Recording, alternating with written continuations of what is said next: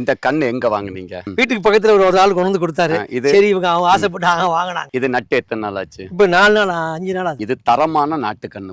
கண்ணுல பிரச்சனை. அடுத்து இங்க பாருங்க, இது தீப்புண் சுட்டு இருக்கா? இங்க பாருங்க சுடுது. இது ஏன் வருதுன்னு சொன்னா, தென்னங்கண்ணை நடுறதுக்கு முன்னாடி தரையில படுக்க போடக்கூடாது. அதாவது இறைவன் என்ன சொல்கின்றான் என்றால், தான் பெற்ற கருணையா இருக்கட்டும், கொடையா இருக்கட்டும், அதை மற்றவங்களுக்கு பகிர்ந்து கொடுக்கணும். அவங்களுக்கு தெரியணும். அவங்க நடும்போது இதை தப்பு செய்யக்கூடாது. 2வது, தோகைகளை கசக்கவும் கூடாது. தென்னங்கண்டு ரகம் ஓகே, பட் நடவு முறை டோட்டலி தவறு. குழி எடுத்த விதம் நீங்க செய்ததுன்னா கரெக்ட். ஆனா எப்படி நடணும்னு மட்டும் பாக்குறோம். இப்படி நட்டிருந்தா இன்னும் 1 மாதத்துக்குள்ள இந்த கண்ணு செத்து இருக்கும். என்ன காரணம் சொன்ன விவா, தேங்காய்க்கு மேல 1 வருஷம் வரைக்கும் மண் வரும். ஏன்னா தேங்காயினுடைய அந்த மேல் பகுதி தான் சுவாசிக்கிற வேர்கள் அதிகமா இருக்கு. அதுகளும் சுவாசிக்கிற வேர்கள் தடைப்பட்டா கண்டிப்பாக தென்னங்கண்டு அப்படியே கருகி அப்படியே காய் அழுக ஆரம்பிச்சிடும்.